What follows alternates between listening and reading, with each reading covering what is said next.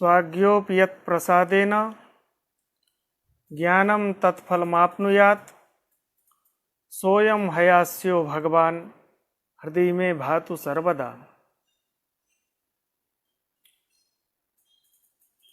संस्कृतम भारतम इस समूह पर उपस्थित सभी लोगों का हार्दिक अभिनंदन वंदन।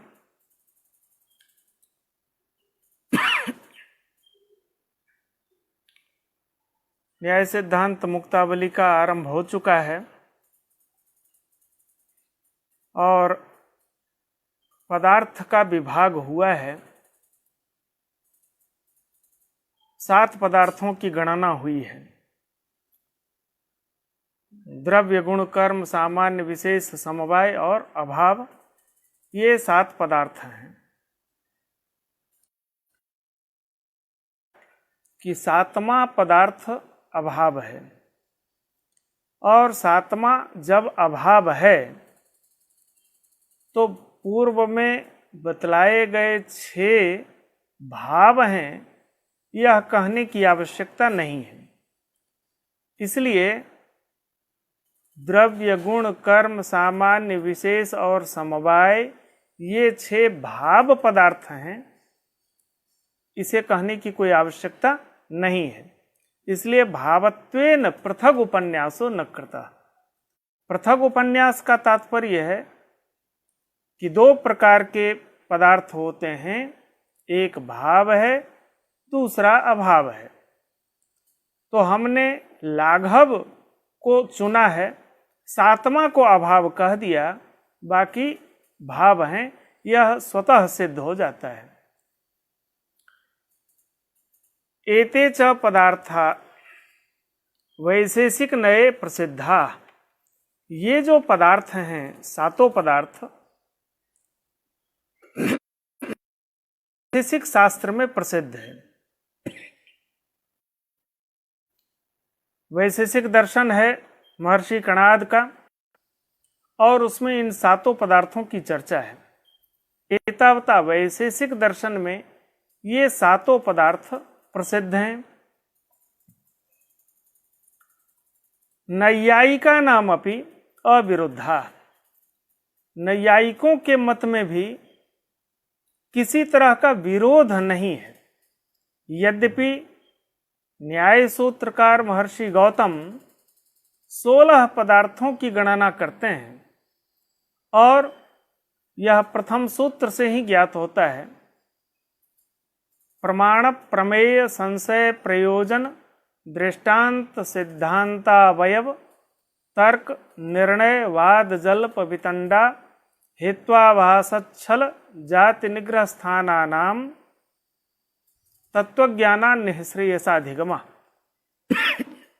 ये 16 पदार्थों की गणना वहां होती है। फिर भी वैशेषिक के द्वारा प्रतिपादित जो 7 पदार्थ हैं, उस 7 पदार्थ का 7 पदार्थ मतभेद नहीं है। इसमें वह बतलाते हैं कि प्रतिपादितम च एवमेव भाष्ये। इसी तरह अर्थात दोनों में कोई विरोध नहीं है। अविरोधार्थकत्वादेव भाष्ये प्रतिपादितम। वह भाष्य कौन है? प्रशस्त पाद भाष्य है। उस प्रशस्त पाद भाष्य में 7 पदार्थ की चर्चा है और उसी 7 पदार्थ में महर्षि गौतम द्वारा बतलाए गए जो 16 पदार्थ हैं, उन 16 पदार्थों का वहां अंतर्भाव प्रकार भी बतलाया है। इसलिए उपमान चिंतामणौ, अतएव का तात्पर्य है कि दोनों में कोई पदार्थ भेद को लेकर के कोई मतभेद नहीं होने के कारण उपमान चिंतामणौ। चिंतामणि एक ग्रंथ है, तत्व चिंतामणि। महामहोपाध्याय गंगेश की रचना है और उसके 4 खंड हैं, प्रत्यक्ष खंड, अनुमान खंड, उपमान खंड और शब्द खंड। तो चिंतामणि नामक ग्रंथ के उपमान खंड में अतएव उपमान चिंतामणौ सप्त पदार्थ भिन्नतया, इन 7 पदार्थ से अतिरिक्त शक्ति सादृश्यादीनाम अपि अतिरिक्त पदार्थत्वम आशंकितम, इन 7 पदार्थ से अतिरिक्त शक्ति भी अलग पदार्थ है, सादृश्य भी अलग पदार्थ है, इसे क्यों नहीं माना जाए, इस तरह की आशंका व्यक्त की गई है। कहने का क्या रहस्य क्या है? यहां रहस्य सप्त पदार्थ भिन्नतया। यदि नैयायिकों का विरोध होता तो 16 पदार्थ भिन्नतया लिखना चाहिए था।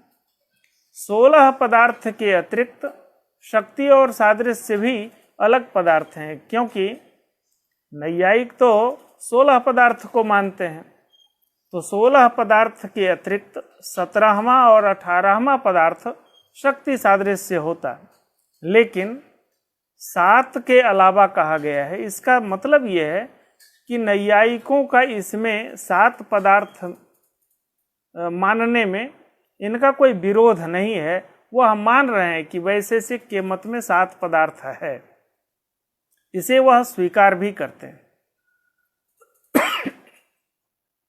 शक्ति सादृश्यादीनाम अतिरिक्त पदार्थः अतिरिक्त पदार्थत्वाद। वहां प्रश्न बनाया गया है, ननु कथम एते एव पदार्था। कल 2-4 प्रश्न जो मुख्य रूप में आए हैं उनकी भी हम साथ साथ चर्चा कर लेते हैं। एक प्रश्न था, ईश्वर एक है या अनेक है? ईश्वर एक ही है, जीवात्मा अनंत है।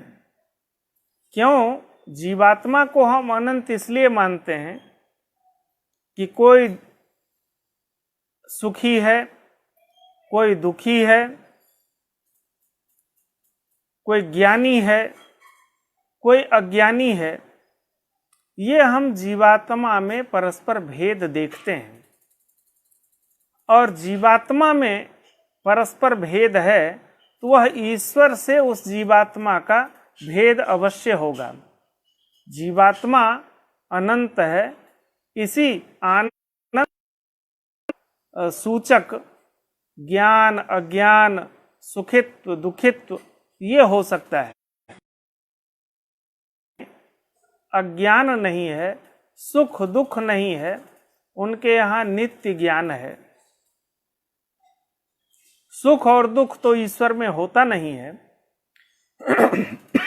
क्योंकि सुख दुख का कारण अदृष्ट होता है, धर्म अधर्म होता है।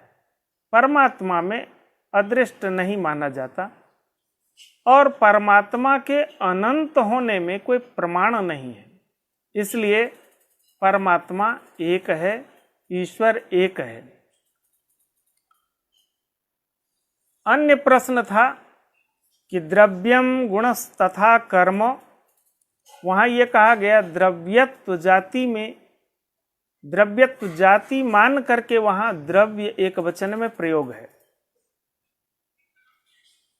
द्रव्य तो 9 है, तो वहां द्रव्याणि लिखना था, पर वहां जाति में एक वचन का प्रयोग है, और यही नियम सर्वत्र लागू होगा। यद्यपि सूत्र में गुणा, वहां जो सूत्र है वह सूत्र है रूप रस गंध स्पर्शाः संख्या परिमाणानि पृथक्त्वं संयोग विभागौ परत्वापरत्वे बुद्धयः सुख दुखेच्छा द्वेषाश्च गुणाः। वहां गुण में की सूत्रकार के मत में गुणों की संख्या अधिक है और 24 प्रकार के गुण होते हैं, इसलिए वहाँ गुणाः यह बहुवचन का प्रयोग है। पर यहाँ गुणत्व जाति के अभिप्राय से जाति में एकवचन का प्रयोग होता है, इसलिए सूत्र में तो बहुवचन का प्रयोग है और द्रव्यम गुणः वहाँ एकवचन का प्रयोग, जाति में एकवचन का प्रयोग किया गया है। जब हम विभाग कर रहे थे, पदार्थान विभजते विपूर्वक भज धातु का अर्थ, तो पदार्थत्व और पदार्थता, पदार्थत्व और पदार्थता इन दोनों की प्रकृति पदार्थ ही है। और जब त्व प्रत्यय करते हैं पदार्थ से तो पदार्थत्व बनता है और तल प्रत्यय करने से पदार्थता बनता है। त्वांतम क्लीबम पदार्थत्व का व्यवहार हम नपुंसक लिंग में करेंगे और तलंतम स्त्रियाम तल प्रत्ययांत का हम स्त्रीलिंग में व्यवहार करेंगे। प्रकार और विशेषण दोनों एक ही चीज है। प्रकारता और विशेषणता भी एक ही चीज है, दोनों अलग अलग नहीं है, दोनों पर्यायवाची शब्द है। हम कहीं प्रकार भी व्यवहार करते हैं और कहीं विशेषण भी व्यवहार करते हैं। स्वसमभिव्याहृत पदार्थतावच्छेदक व्याप्य मिथो विरुद्ध यावत धर्म प्रकारक ज्ञानानुकूलो व्यापारः, यह विपूर्वक भज धातु का अर्थ बतलाया। वहाँ व्याप्य शब्द आया है। व्याप्य साकांक्ष शब्द है, व्यापक शब्द की आकांक्षा उसे रहती है। तो व्याप्य और व्यापक ये दो अलग अलग शब्द हैं। व्याप्य कहते हैं न्यून देश वृत्तित्वम व्याप्यत्वम, अधिक देश वृत्तित्वम व्यापकत्वम। पदार्थत्व व्यापक है और द्रव्यत्व गुणत्वादि व्याप्य है। क्यों कि द्रव्यत्व जो है वह द्रव्य मात्र में रहता है, गुणत्व गुण मात्र में रहता है। इसे हम एक लौकिक उदाहरण से समझा दें सभी के अवगमन के लिए। हम विद्यालय जाते हैं, विद्यालय में तमाम अध्यापक हैं, अध्यापिकाएं हैं, छात्र हैं, छात्राएं हैं, अन्य कर्मचारी हैं। यहाँ हम व्याप्य और व्यापकत्व का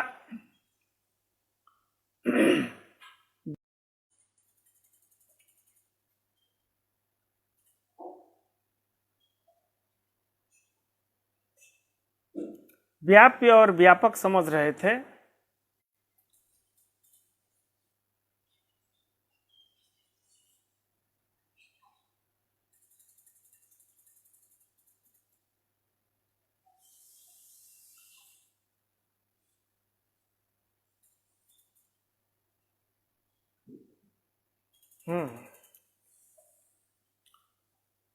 छात्र में छात्रत्व है, छात्रा में छात्रात्व है।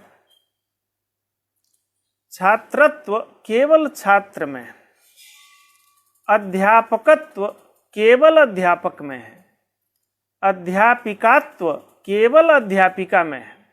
वह छात्र में नहीं है, वह अध्यापक में नहीं है, लेकिन मनुष्यत्व सब में विद्यमान है। चाहे वह छात्र हो, छात्रा हो, अध्यापक, अध्यापिका, अन्य कर्मचारी, सब में मनुष्यत्व विद्यमान है। इसलिए मनुष्यत्व व्यापक है और छात्रत्व, छात्रात्व ये सब व्याप्य है, क्योंकि इनका सीमित स्थान है। उस विद्यालय में पढ़ने वाले जो छात्र हैं उसमें छात्रत्व है, लेकिन मनुष्यत्व भी है। अध्यापकत्व केवल अध्यापक में है, मनुष्यत्व वहां भी है। तो मनुष्यत्व व्यापक हुआ और छात्रत्वादि जो धर्म है वो व्याप्य है। आत्माश्रय दोष हम आगे चर्चा आएगी उसी में हो जाएगा। इस तरह के कुछ प्रश्न आए थे और पक्षतावच्छेदक का विचार यह भी आगे होने वाले समाधान में सम्मिलित हो जाएगा। यहाँ पर जो आपने है 7 पदार्थ, ये 7 ही पदार्थ कैसे है? क्यों? शक्ति सादृश्यादीनाम अतिरिक्त पदार्थत्वात्। शक्ति और सादृश्य यह अतिरिक्त पदार्थ है, और जब अतिरिक्त पदार्थ विद्यमान हो तो उसका परिगणन करके 7 तक ही सीमित रहने का, 7 को ही मानने का क्या नियम है? क्यों आपने 7 को ही माना? अलग भी पदार्थ हैं, शक्ति अलग पदार्थ है, सादृश्य अलग पदार्थ है। तो इस तरह से पदार्थों की संख्या अधिक है और आपने 7 का नाम लिया है, तो यह न्यूनता आई। यही प्रश्न है। ननु ये प्रश्नवाचक है। कथम एते एव पदार्था शक्ति सादृश्यादीनाम अतिरिक्त पदार्थत्वात्। अब शक्ति अलग पदार्थ है, इसे पहले सिद्ध करना पड़ेगा कि शक्ति अलग पदार्थ है। उसे अलग पदार्थतया सिद्ध करने की चेष्टा की जा रही है। तथा ही मण्यादि समवहितेन वह्निना दाहो न जन्यते। हम एक आग जलाते हैं एक जगह, और उस आग के पास में हम मणि को ले जाते हैं। मणि से तात्पर्य चंद्रकांत मणि है। उस चंद्रकांत मणि को हम अग्नि के पास में ले जाते हैं जहां अग्नि जल रही है, और जब हम उस मणि को जलती हुई अग्नि के पास में ले जाते हैं तो उसमें से वह्नि से दाह की उत्पत्ति नहीं होती है। दाह का मतलब उसमें जो ज्वलनशीलता है, जो ताप है जिससे हम उष्ण स्पर्श से अनुभव करते हैं, वह दाह उत्पन्न नहीं होता है।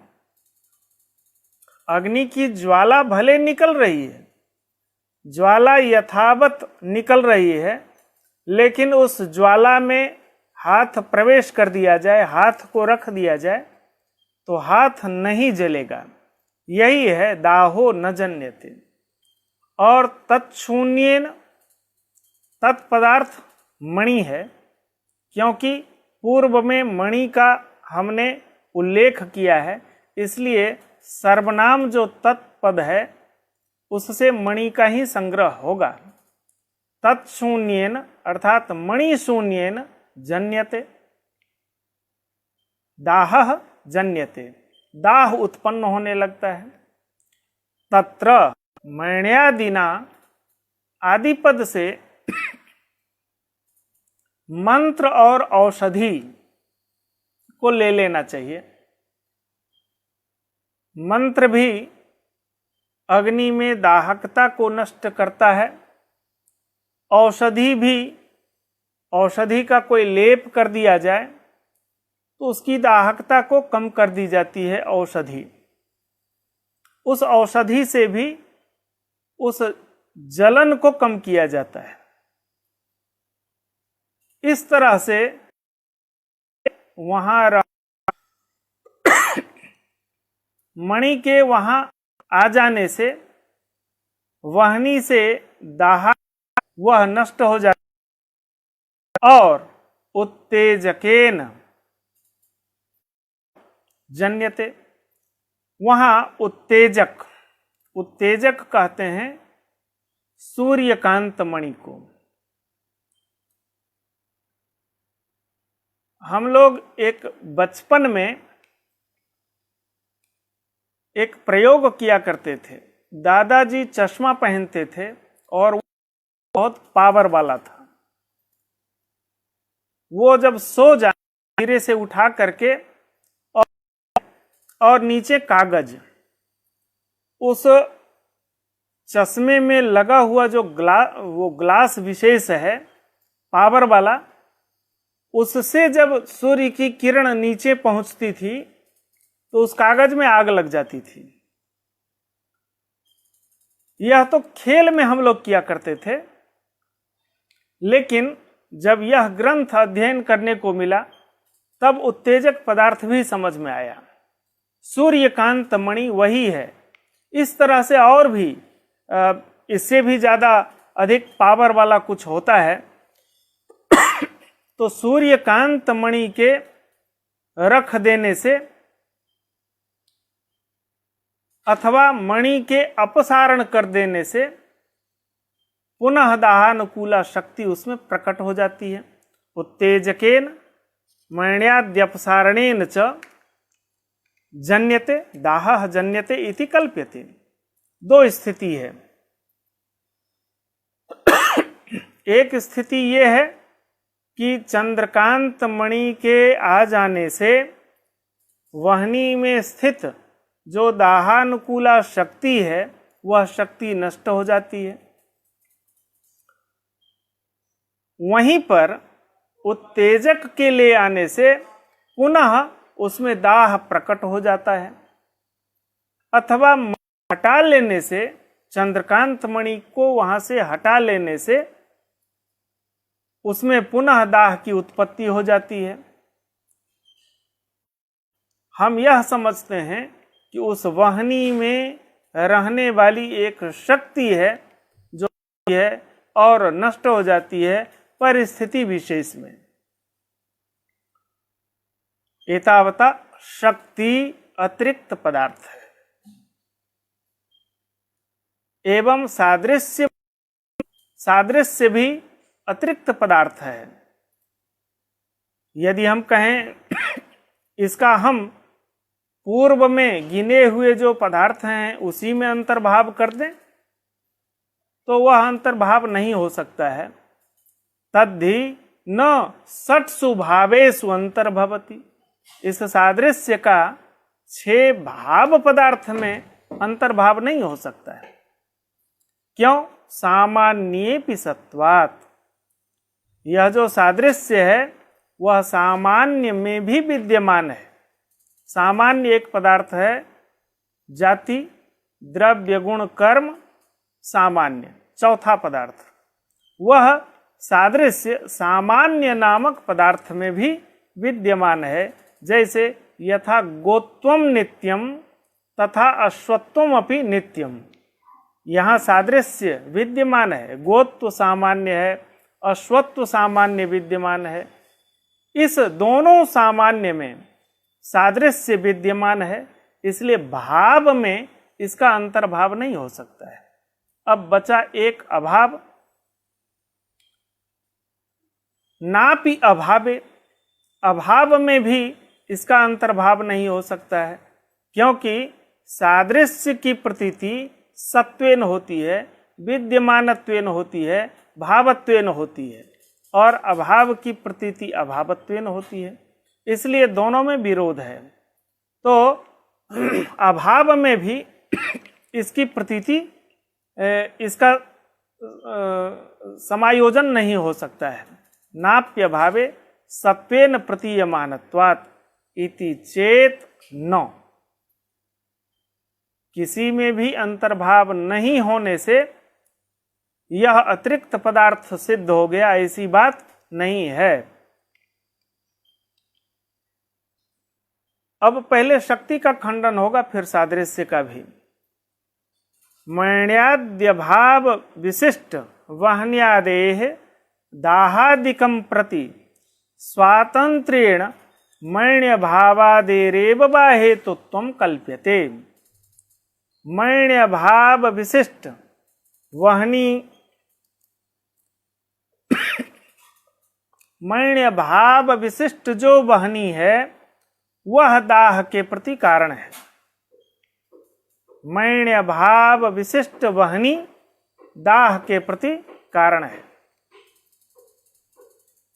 अथवा स्वातंत्र्येण मण्य भाव को ही कारण मान लें, और स्वातंत्र्येण मण्य भाव को जब हम कारण मान लेते हैं, इसी से हमारा काम चल जाता है, तो अनंत शक्ति, उसका प्रागभाव, उसके ध्वंस, इन सब की कल्पना अनुचित है।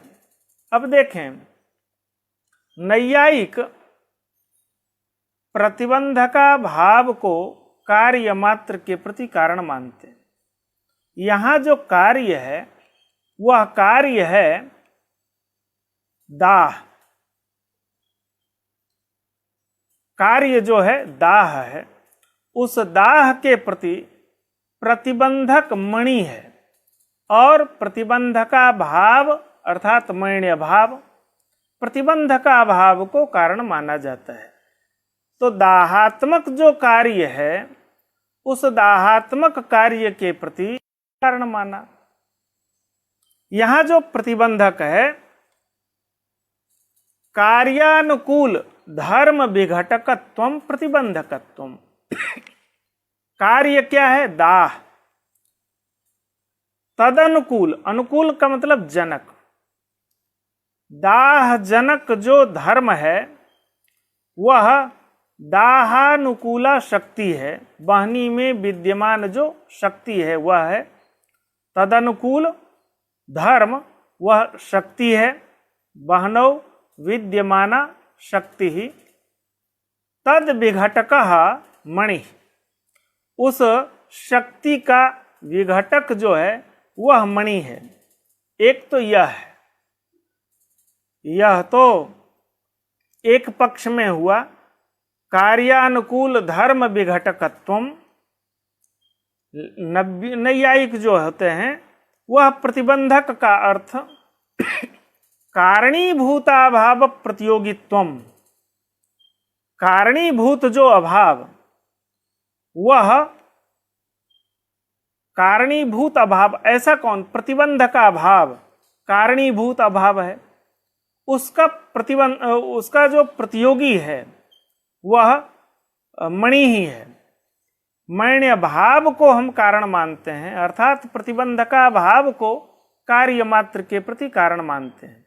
इस तरह से प्रतिबंधका भाव को कार्य की उत्पत्ति में हम कारण मानते हैं। प्रकृति में कार्य दाह है, उस दाहात्मक कार्य के प्रति जो कारण है वह प्रतिबंधका भाव है, अर्थात मण्य भाव वह कारण बनेगा। तो मण्य भाव विशिष्ट जो वहनी, वह दाह के प्रति कारण है। जहां मणि के रहने से दाह उत्पन्न नहीं हो रहा है वहां विशिष्टाभाव है। मणि विशिष्ट वहनी है, मण्य भाव वहां विशेषण है, जो कि वहां पर नहीं है। मणि ही विद्यमान है, विशेषणाभाव प्रयुक्त विशिष्टाभाव यहां है। इसलिए विशेषणाभाव प्रयुक्त जो विशिष्टाभाव है वह यहां पर विशिष्टाभाव विद्यमान है। मण्य भाव रूप जो विशेषण है वह प्रकृति में नहीं है। एतावता दाह के प्रति हम मण्य भाव विशिष्ट वहनी को कारण मानते हैं, अथवा मण्य भाव को स्वतंत्रतया कारण मान लें। मण्य भाव यहां पर विद्यमान नहीं है, मणि ही विद्यमान है। और मण्य भाव जहां रहेगा वहां दाह उत्पन्न होगा। इसी से हमारा यदि काम चल जाता है तो देखें, मणि के आने से दाह नहीं होता है, तो मणि के आने के पूर्व में मणि का प्रागभाव है, उसका प्रागभाव भी मानना पड़ेगा। मणि के आ जाने से प्रागभाव नष्ट हुआ, उसके ध्वंस की भी कल्पना करनी पड़ेगी। तो मणि को, उसके प्रागभाव को, उसके ध्वंस को, इन सभी को मानने की अपेक्षया एक हम प्रतिबंध का भाव को कारण कोटि में रख लें, इसी से हमारा काम चलेगा। और अभाव पदार्थ है, अभाव को तो हम मान रहे हैं। अनेनैव सामंजस्य अनंत शक्ति तत्प्रागभाव ध्वंस कल्पना औचित्यात्। अब यहां प्रश्न है, आपने प्रतिबंध का भाव विशिष्ट जो वहनी है उसको दाह के प्रति कारण माना। अब जहां उत्तेजक का समवधान हो जाए वहां पर मणि के रहने पर अर्थात प्रतिबंधक विद्यमान है, आपने प्रतिबंधका भाव को कारण माना है और प्रतिबंधक विद्यमान है, उत्तेजक भी विद्यमान है, वहां दाह कैसे होता है? अनुभव सिद्ध है वहां दाह हो रहा है। तो नच उत्तेजके सति प्रतिबंधक सद्भावेपि कथम दाह। तो आपका जो पुराना है प्रतिबंधका भाव विशिष्ट वहनी दाह का कारण है, यहाँ प्रतिबंधक विद्यमान है, चंद्रकांत मणि यहाँ विद्यमान है और उत्तेजक भी विद्यमान है। तो प्रतिबंधक के विद्यमान रहने से दाह नहीं होना चाहिए, पर हो रहा है। क्यों दाह होता है? तो यह एक प्रश्न है। नच उत्तेजके सति प्रतिबंधक सद्भावेपि, उत्तेजक भी विद्यमान है, प्रतिबंधक भी विद्यमान है, कथम दाह इति वाच्यम न च वाच्यम, ऐसा नहीं कह सकते हैं। उत्तेजका भाव विशिष्ट मण्य भावस्य हेतुत्वात्, वहां हम उत्तेजका भाव विशिष्ट जो मण्य भाव है उसको दाह के प्रति कारण मानेंगे। यहां तो उत्तेजक विशिष्ट मणि विद्यमान है, इसलिए उत्तेजका भाव विशिष्ट मण्य भाव यहां पर विद्यमान नहीं है। एतावता यहां पर दाह उत्पन्न होता है। उत्तेजक, हम उत्तेजक किसको कहते हैं? प्रतिबंधक सत्वे कार्यजनकत्वम उत्तेजकत्वम, प्रतिबंधक के रहने पर भी जो कार्य को उत्पन्न कर दे उसे उत्तेजक कहते हैं। यहाँ उत्तेजक सूर्यकांत मणि है, तो उत्तेजक के रहने पर भी जहाँ कार्य उत्पन्न हो जाए, दाह नामक यहाँ कार्य है, दाह ही कार्य है। एतावता उत्तेजका भाव विशिष्ट मण्य भाव यहाँ पर विद्यमान नहीं है, अपितु उत्तेजक विशिष्ट मणि विद्यमान है। कार्य की उत्पत्ति, दाह की उत्पत्ति हो जाती है। इसलिए शक्ति को अतिरिक्त मानने की कोई आवश्यकता नहीं है। शक्ति नामक पदार्थ का खंडन हो गया है, जिसे मीमांसक लोग अतिरिक्त पदार्थ मान रहे हैं। सादृश्य भी अतिरिक्त पदार्थ है, ऐसा आलंकारिक लोग मानते हैं। सादृश्यमपि न पदार्थांतरम किंतु तद्भिन्नत्वे सति तद्गत भूयो धर्मवत्वम। सादृश्य भी अतिरिक्त पदार्थ नहीं है, किंतु क्या चीज है? तद्भिन्नत्वे सति तद्गत भूयो धर्मवत्वम। जैसे चंद्र भिन्नत्वे सति चंद्रगत आह्लादकत्वादिमत्वम मुखे चंद्र सादृश्यम।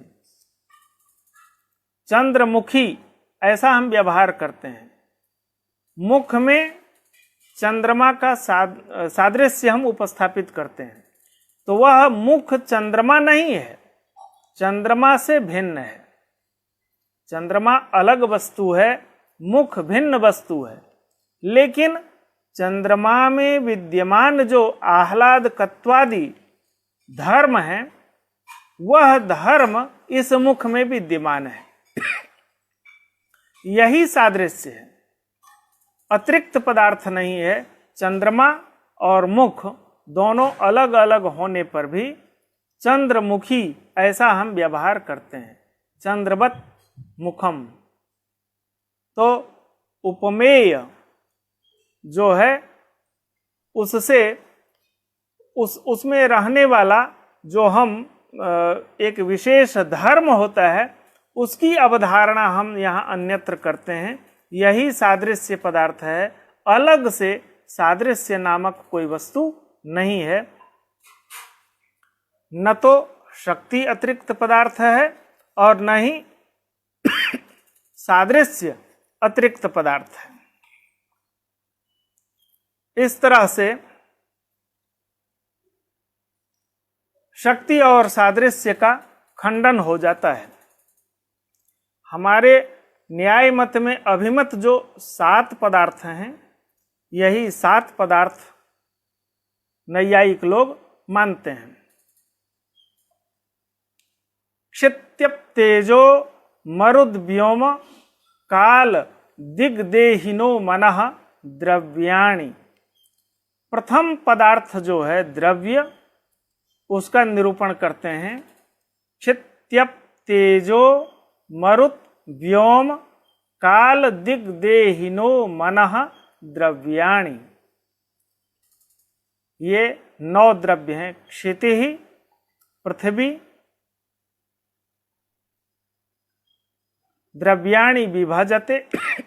जिस तरह से पदार्थान विभजते में भी पूर्वक भज धातु का अर्थ किया, इसी तरह द्रव्याणि विभजते में भी स्वसमभिव्याहृत पदार्थतावच्छेदक व्याप्य मिथो विरुद्ध यावत धर्म प्रकारक ज्ञानानुकूलो व्यापार। यहाँ भी पूर्वक भज धातु का अर्थ समझना चाहिए। क्षिति ही, क्षिति कहते हैं पृथ्वी को। क्यों ऐसा कहा? क्षि क्षय धातु है, क्षयवाचक जो धातु है वह नहीं ले लिया जाए, इसलिए यहां स्पष्टता के लिए क्षिति ही पृथ्वी। आपो जलानी,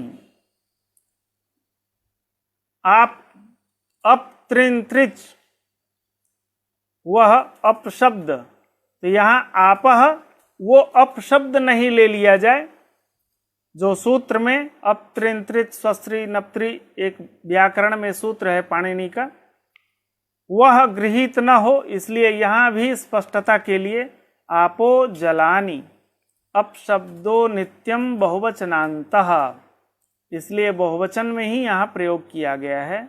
आपह जलानी। तेजः वहनी, तेज कहते हैं वहनी को। व्योम मरुत 49 प्रकार के होते हैं।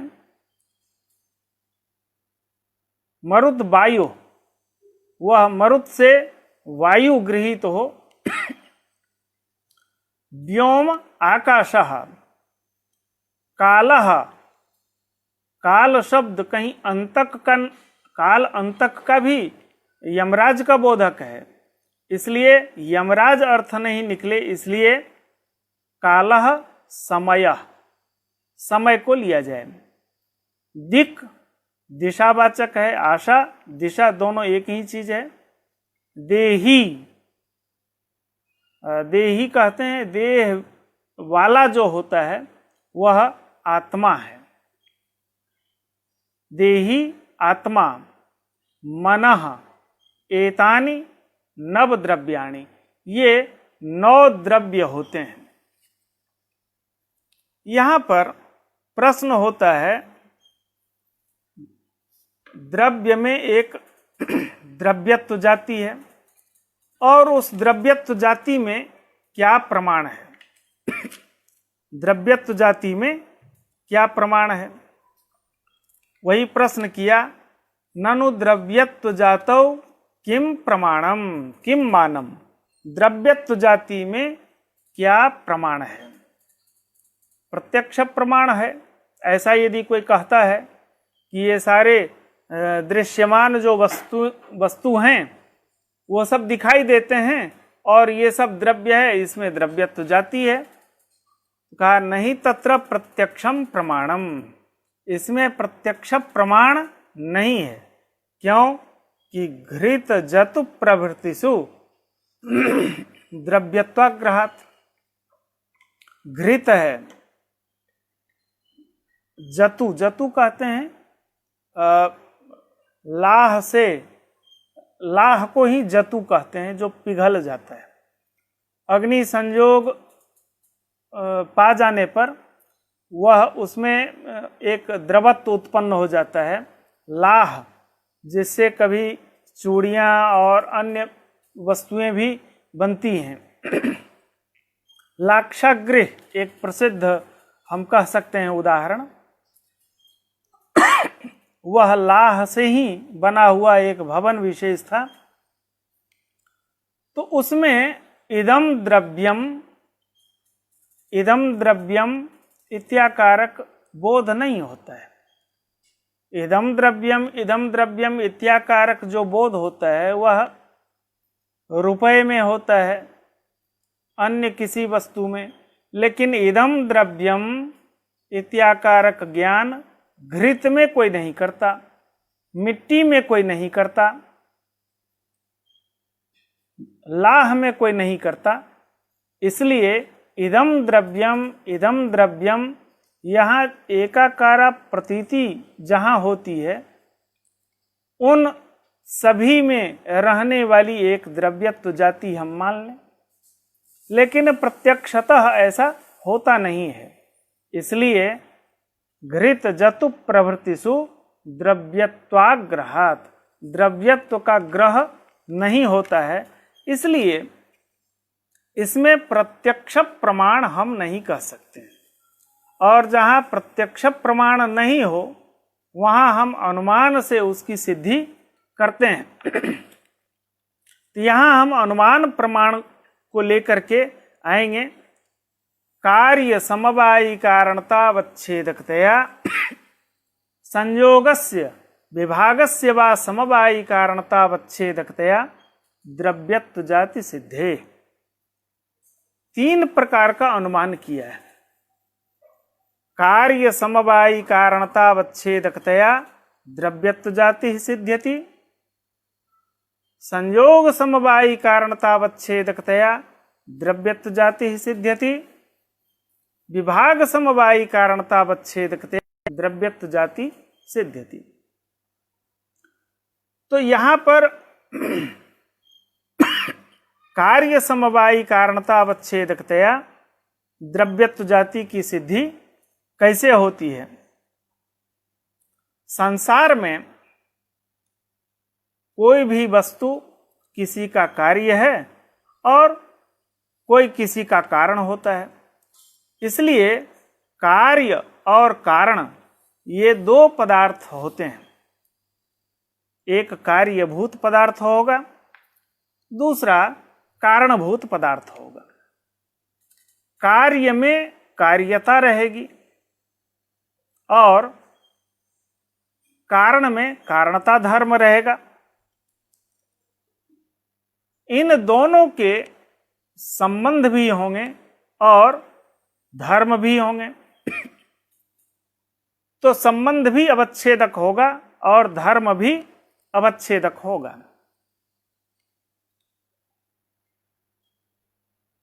कार्यता और कारणता के भी 2 अवच्छेदक संबंध भी होंगे और धर्म होंगे। यहां पर प्रश्न ये होगा कि कार्यता का अवच्छेदक संबंध और अवच्छेदक धर्म कौन होगा? कार्य अपने कारण में जिस संबंध से रहता है वह कार्यता अवच्छेदक संबंध कहलाएगा, और कार्य में रहने वाला जो धर्म है वह कार्यता अवच्छेदक धर्म होता है। क्योंकि एक नियम है, यो यस्य अवच्छेदकः सः तद्धर्मावच्छिन्नः। जो जिसका अवच्छेदक होता है वह उससे अवच्छिन्न होता है, युक्त होता है। पृथ्वी आदि जो भी है अवयवी द्रव्य, वह अपने कार्य में, पृथ्वी आदि जो द्रव्य होता है वह अपने अवयवी द्रव्य रूप जो कार्य है अपने कारणभूत अवयव में समवाय संबंध से रहता है। इसलिए अवयवी जो है, अवयवी द्रव्यनिष्ठ जो कार्यता है उसका संबंध और वह कार्यता समवाय संबंधावच्छिन्न हो जाएगी। और पृथ्व्यादि कार्य द्रव्य में कार्यत्व धर्म रहेगा। इसलिए पृथ्व्यादि कार्य द्रव्यनिष्ठ कार्यता का अवच्छेदक कार्यत्व धर्म होगा। वह कार्यता कार्यत्वावच्छिन्ना हो गई। और समवाय संबंध से जहाँ कार्य होता है वहाँ तादात्म्य संबंध से वहाँ कारण भी रहता है। जो द्रव्य तादात्म्य संबंध से रहता है, ऐसा एक नियम है, द्रव्यनिष्ठ कारणता का अवच्छेदक जो संबंध होगा वह तादात्म्य संबंध होगा। इसलिए कार्यता और कारणता का परस्पर में निरूप्य निरूपक भाव संबंध होता है। कहीं कार्यता से निरूपित कारणता होती है, कहीं कारणता से निरूपित कार्यता भी होती है। इस तरह से अनुमान का जो आकार होगा वह होगा समवाय संबंधावच्छिन्न, कार्यत्वावच्छिन्न, कार्यता निरूपित, तादात्म्य संबंधावच्छिन्ना या कारणता सा किंचित धर्मावच्छिन्ना कारणतात्वात् या कारणता सा किंचित धर्मावच्छिन्ना घटत्वावच्छिन्न कार्यता निरूपित कपालत्वावच्छिन्न घटत्वावच्छिन्न कार्यता निरूपित तादात्म्य संबंधावच्छिन्ना कारणतावत्। इस तरह से द्रव्यनिष्ठ कारणता में कोई भी द्रव्यनिष्ठा कारणता होगी, उस द्रव्यनिष्ठ कारणता में किंचित धर्मावच्छिन्नत्व के सिद्ध होने पर द्रव्यनिष्ठ कारणता का अवच्छेदक द्रव्यत्व होगा। क्योंकि अन्यूनानति प्रसक्त धर्म ही अवच्छेदक होता है। वहां पदार्थत्व या गुणत्वादि अवच्छेदक नहीं बनेगा। कारणता का अवच्छेदक, कारणता कारण द्रव्य है और उसमें रहेगी कारणता। उस कारणता का अवच्छेदक अन्यूनानति प्रसक्त धर्म होने के कारण द्रव्यत्व ही होगा, अन्य कोई नहीं होगा। इस तरह से अनुमान के द्वारा और द्रव्यत्व जो कारणतावच्छेदकता या द्रव्यत्व की सिद्धि हुई उसमें कोई जाति बाधक नहीं है, इसलिए हम द्रव्यत्व को जाति भी मानते हैं। अनुमान के द्वारा द्रव्यत्व जाति की सिद्धि हो गई। अब यहां पर एक प्रश्न है कि कार्यत्व को ही कार्यता का अवच्छेदक बनाया है। कार्यत्व को कार्यता का अवच्छेदक बनाने के पीछे तो जो स्व ही स्व का अवच्छेदक हो गया, कार्यत्व कार्यता का अवच्छेदक हुआ। कार्यत्व और कार्यता दोनों एक चीज है। त्व प्रत्ययांत कार्यत्व बना, तल प्रत्ययांत कार्यता। तो यहां पर स्व को ही स्व का अवच्छेदक हो जाने से आत्माश्रय नामक दोष हो गया। इसलिए इस कल्प का ही परित्याग करना पड़ा। आत्माश्रय दोष के कारण इस कल्प का परित्याग करके कार्य समवायी कारणतावच्छेदकतया द्रव्यत्व जाति की सिद्धि जो हम कर रहे थे, इस कल्प का परित्याग हमें करना पड़ेगा, क्योंकि कार्यता का अवच्छेदक कार्यत्व को यहां बनाया जा रहा है। आत्माश्रय दोष उपस्थित हुआ। एतावता इस कल्प का परित्याग करके हम दूसरे कल्प में आते हैं। वह है संयोग समवायी कारणतावच्छेदकतया द्रव्यत्व जाति सिद्धि। अब संयोग का जो समवायी कारण है, समवायी कारण द्रव्य होता है, तो संयोग का समवायी कारण जो द्रव्य है, उस समवायी कारणता का अवच्छेदक द्रव्यत्व जाति होगी। अनुमान का आकार होगा समवाय संबंधावच्छिन्न संयोगत्वावच्छिन्ना या संयोग निष्ठा कार्यता, तन निरूपिता या तादात्म्य संबंधावच्छिन्ना कारणता। वह कारणता द्रव्य निष्ठा कारणता होगी। उस कारणता, वह जो कारणता है वह किंचित धर्मावच्छिन्ना होने से द्रव्य निष्ठा जो कारणता है वह द्रव्यत्वावच्छिन्ना हो जाएगी और उसे हम जाति मानेंगे। इस कल्प में भी एक दोष है। वह दोष यह है कि संयोगत्वावच्छिन्ना कार्यता सर्वत्र प्रसिद्ध नहीं है। एक तो विभुद्वय का संयोग कुछ लोग नहीं मानते हैं। जो नहीं मानते उनके मत में दोष नहीं होगा। विभुद्वय का संयोग जैसे आकाश और काल, ये दो द्रव्य हैं, दोनों विभुत द्रव्य हैं, और इनमें रहने वाला जो संयोग होगा, काल और आकाश के नित्य होने से इनमें रहने वाला संयोग भी नित्य होगा। तो विभुद्वय का जो संयोग है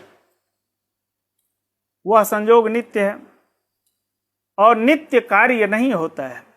तो संयोगत्वावच्छिन्ना कार्यता अप्रसिद्ध हो गई। विभुद्वय का जो संयोग है उस संयोग में भी यह कार्यता वृत्ति हो गई, यह अतिरिक्त वृत्ति हो गई। इसलिए